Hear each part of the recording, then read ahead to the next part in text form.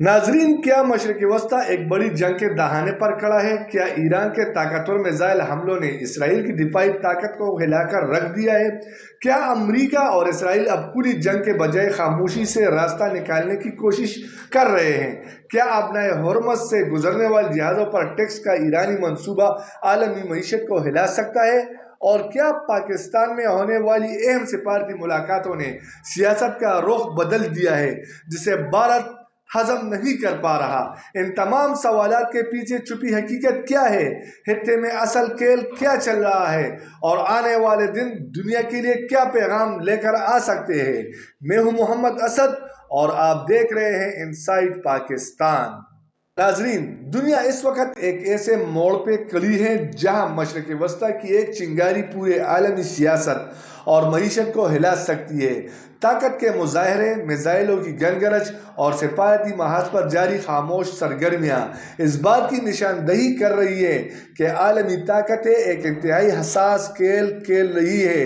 Iran के हालिया हमलों ने न सिर्फ इसराइल को हिलाकर रख दिया, बल्कि अमरीका को भी खुलकर मैदान में आना पड़ा। लेकिन इस सारी सूरत के पीछे कुछ ऐसी हकीकतें भी है जिन पर आलमी ज़राए इब्लाग में कम बात हो रही है, और यही वो पहलू है जो इस पूरे बहरान को समझने के लिए इंतहाई अहम है। नाजरीन, इतलात के मुताबिक ईरान ने इसराइल के मुख्तलिफ इलाकों को निशाना बनाते हुए मिसाइलों और ड्रोन हमलों की एक बड़ी लहर शुरू की। इन हमलों का मकसद सिर्फ पूरी नुकसान पहुंचाना नहीं, बल्कि एक वाज़ेह पैगाम देना भी था कि ईरान अब खित्ते में अपनी ताकत खुलकर दिखाने के लिए तैयार है। दिफाई माहिरीन का कहना है कि ईरान ने जिन मिसाइलों का इस्तेमाल किया वो तवील फासले तक मार करने की सलाहियत रखते हैं, और बाज़ मिसाइलों की रफ्तार आवाज़ की रफ्तार से कई गुना ज़्यादा बताई जाती है। इसी वजह से इसराइली दिफाई निज़ाम को इन मिसाइलों को रोकने में शदीद मुश्किलात का सामना करना पड़ा। कई मिसाइल अपने अहदाफ तक पहुँच गए, जिससे इसराइल के मुख्तलिफ इलाकों में खौफ व खरास फैल गया। असल में ईरान की ये हिकमत अमली सिर्फ इसराइल को निशाना बनाना नहीं, बल्कि पूरे खित्ते में ताकत का तवाज़ुन बदलने की कोशिश भी समझी जा रही है। ईरान गुज़श्ता कई बरसों से ये मौक़िफ़ इख्तियार करता रहा है कि मशरक़ वस्ता में अमरीका और इसराइल की पॉलिसियों ने अदम इस्तेहकाम को जन्म दिया है। इसलिए ईरान अब ये पैगाम देना चाहता है कि अगर इसके खिलाफ किसी भी किस्म की कार्रवाई की गई तो उसका जवाब बराह रास्त दिया जाएगा। इस बहरान का एक और इंतहाई अहम पहलू अपनाए हॉर्मज़ है। दुनिया की तवानाई की सप्लाई का एक बड़ा हिस्सा इसी समंदरी रास्ते से गुजरता है। रोज़ाना करोड़ों बैरल तेल इस रास्ते से आलमी मंडियों तक पहुंचता है। ईरान की जानिब से ये इशारा दिया जा रहा है कि वो इस अहम गुजरगाह पर गुजरने वाले जहाज़ों से टैक्स वसूल करने का मंसूबा बना सकता है। अगर ऐसा होता है तो ये सिर्फ एक मुआशी कदम नहीं होगा, बल्कि आलमी ताकतों के लिए एक बहुत बड़ा सियासी पैगाम भी होगा, क्योंकि इस इक़दाम से आलमी तेल की कीमतें बढ़ सकती है और दुनिया की मईशत पर बराह रास्त असर पड़ सकता है। दिफाई माहिरीन के मुताबिक ईरान इस पॉलिसी के ज़रिए दो मकासद हासिल करना चाहता है। एक तरफ वो अपनी मईशत को मजबूत करना चाहता है, क्योंकि बरसों से इस पर पाबंदियाँ आयद है। दूसरी तरफ वो दुनिया को ये दिखाना चाहता है कि मशरक़ वस्ता की सबसे अहम समंदरी गुजरगाह पर उसका असर व रसूख मौजूद है। यही वजह है कि अमरीका और उसके इत्तेहादी इस मामले को इंतहाई संजीदगी से देख रहे हैं, क्योंकि अगर अपनाए हॉर्मज़ में कशीदगी बढ़ती है तो आलमी तिजारत और तवानाई की फराहमी शदीद मुतासर हो सकती है।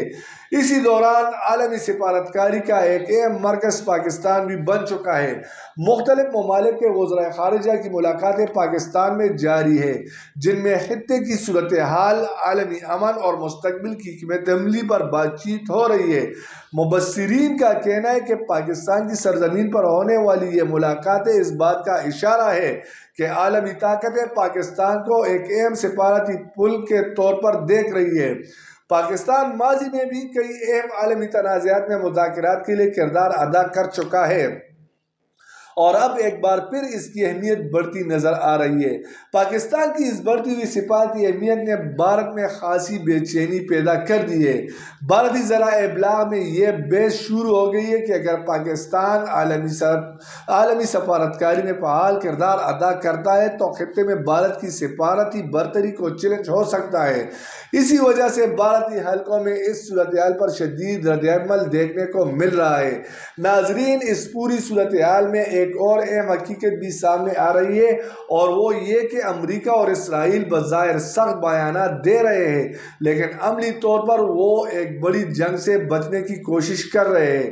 عالمی تجزیہ کاروں کے مطابق اگر مشرق وسطیٰ میں براہ راست جنگ شروع ہو جاتی ہے تو اس کے اثرات صرف اس خطے تک محدود نہیں رہیں گے، بلکہ عالمی معیشت، توانائی کی فراہمی اور عالمی سلامتی سب متاثر ہوں گے۔ یہی وجہ ہے کہ پس پردہ سفارتی رابطے بھی تیزی سے جاری ہے اور مختلف ممالک اس بحران کو کم کرنے کے لیے کردار ادا کر رہے ہیں۔ بعض دفاعی تجزیہ کاروں کا کہنا ہے کہ موجودہ کشیدگی دراصل ایک بڑی سفارتی اور عسکری حکمت عملی کا حصہ بھی ہو سکتی ہے۔ طاقت کا مظاہرہ کر کے فریقین ایک دوسرے کو پیغام دے رہے ہیں تاکہ مذاکرات کی میز پر بہتر پوزیشن حاصل کی جا سکے۔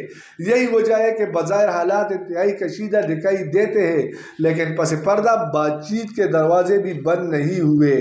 ناظرین، آنے والے دن اس پورے بحران کے لیے انتہائی اہم ثابت ہو سکتے ہیں۔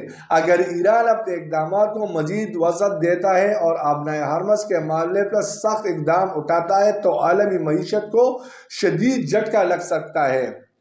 دوسری طرف اگر سفارتکاری کامیاب ہو جاتی ہے تو شاید یہ بحران ایک بڑے تصادم میں تبدیل ہونے سے بچ جائے۔ اب سوال یہ ہے کہ کیا دنیا واقعی ایک بڑی جنگ کے قریب پہنچ چکی ہے، یا پھر عالمی طاقتیں پس پردہ مذاکرات کے ذریعے اس بحران کو قابو میں لے آئے گی؟ یہ وہ سوال ہے جس کا جواب آنے والے دنوں میں سامنے آئے گا۔ میں ہوں محمد اسد اور آپ دیکھ رہے ہیں انسائٹ پاکستان۔ اللہ حافظ۔